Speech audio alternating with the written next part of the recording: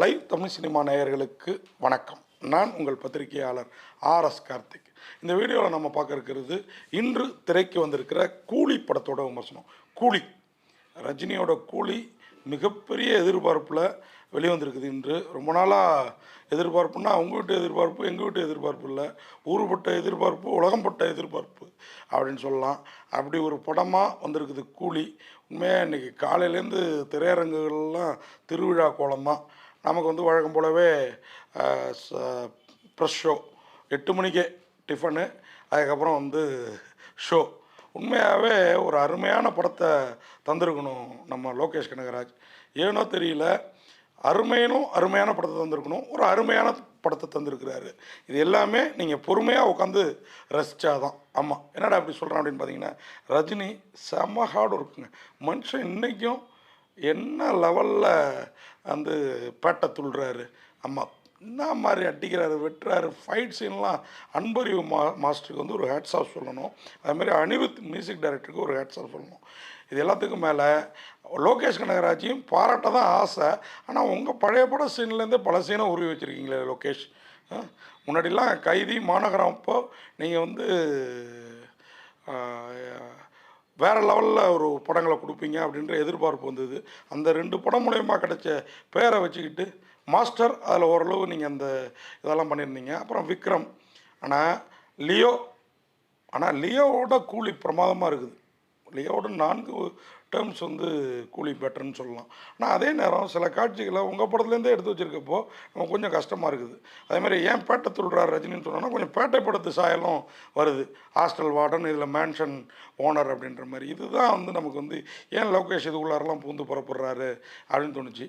ரஜினி, கமல், இந்த மாதிரி விஜய், இந்த மாதிரி பெரிய பெரிய ஹீரோக்கள் கால்ஷீட் உங்களுக்கு ஈஸியாக கிடைக்குது. அதே மாதிரி மாஸ்டர் ப்ரொடியூசர் அவராகட்டும், இன்றைக்கி சன் பிக்சர்ஸ் கலாநிதி மாறன் அவராகட்டும், இவங்கெல்லாம் அவங்கள தேடி படம் பண்ண வாய்ப்பு கொடுக்குறப்போ நீங்கள் அதுக்கு ரொம்ப இன்னும் ஆனஸ்டியாக நடந்துக்கணுங்கிறது நம்மளுடைய கருத்து. ஏன் அதுக்காக படம் என்ன பார்க்க முடியாத அளவுலாம் இல்லை, பிரமாதமாக பார்க்கலாம், நல்லா இருக்குது.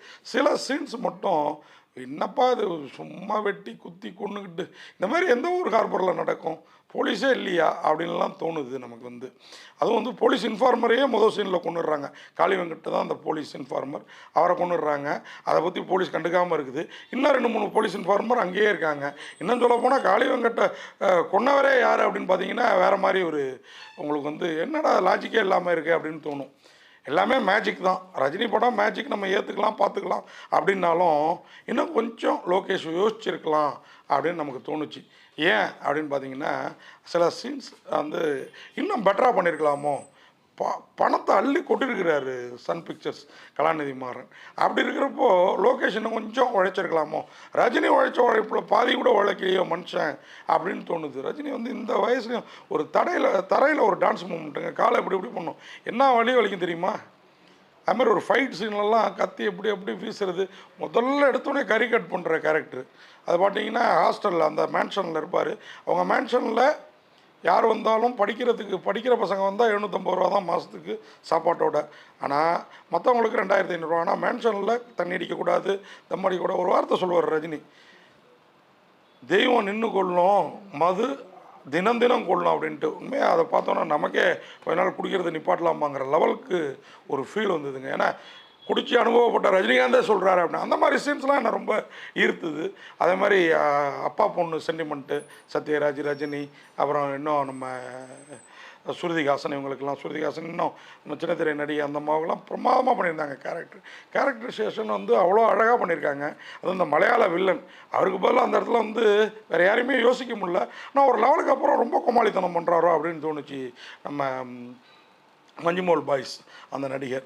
அதே நேரம் அந்த இடத்துல ஒரு உபேந்திராவை போட்டுக்கலாமே, கர்நாடகாவில் இன்னும் கொஞ்சம் நல்லா போகுமே அப்படின்னு தோணுச்சு. ஏன்னா உபேந்திரா வந்து ஒரு 2-3 சீன் தான் வராரு.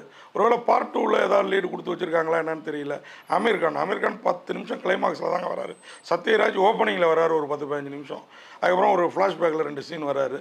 அதேமாதிரி நாகார்ஜுனா தான் ரஜினிக்கு ஈக்குவலாக படம் முழுக்க வில்லனாக இருக்கிறாரு, வேறு லெவலில் இருக்கிறாரு. நமக்கே அல்லாமல் போகுது. 30 வருஷத்துக்கு முந்தைய எதிரியை சத்யராஜோட டெத்தால் மீண்டும் சந்திக்கிறார் ரஜினி. சந்திக்கிறப்போ அந்த குரூப் இவரை சுட்டுத்தள்ளுன்னு பார்த்தா அங்கே வேற ஒன்று நடக்குது. அது என்ன நடக்குது, ஏது நடக்குது, ஏன் நடக்குது. இவங்க வழக்கம் போல் லோகேஷ் கனகராஜனால அதில் வந்து ஒன்று ட்ரக்கு கடத்துவாங்க, இல்லை வேறு எதையாவது கடத்துவாங்க. இதில் ஒரு பழைய 30 வருஷத்துக்கு முன்னாடி ட்ரக்கு கடத்திருக்காங்க. இப்போது தங்கம், வைரம், வாட்சில் தங்க வைரத்தோட விலை கூடுதலான வாட்ச் இதெல்லாம் கடத்துகிறாங்க. இது இல்லாமல் மனித உறுப்புகளையும் கடத்துகிறாங்க அப்படின்ற ஒரு பயத்தை காட்டியிருக்காங்க பாருங்கள். அங்கே இதுக்கு முன்னாடி நிறைய மனித உறுப்பு கடத்துகிற படங்கள் வந்திருந்தாலும் இது வேறு மாதிரி இருக்குது. ரஜினி வேறு மாதிரி நடிச்சிருக்கிறாரு. நாகார்ஜுனா ரஜினி வந்து உழைப்பு அப்படி அள்ளி போட்டிருக்காருங்க. அதுவும் இந்த 2-3 பாட்டு அந்த கர்ச்சிப்பு இப்படி இப்படி பண்ணிட்டு பண்ணுற பாட்டெல்லாம் வந்து என்னை அப்படியே பழைய ரஜினியை பார்த்த திருப்தி. எனக்கு வந்து இந்த கபாலி காலாவிலலாம் நான் பழைய ரஜினியை பார்க்கல, பேட்டையில் பார்த்தேன். அதுக்கப்புறம் இந்த படத்தில் பார்க்குறேன். அந்த விதத்தில் ஒரு சவுண்டு எழுத்து அப்படின்னு சொல்லிட்டு பாடுற பாட்டு, உயிர் நாடி நண்பனேன்னு உருகிற பாட்டு.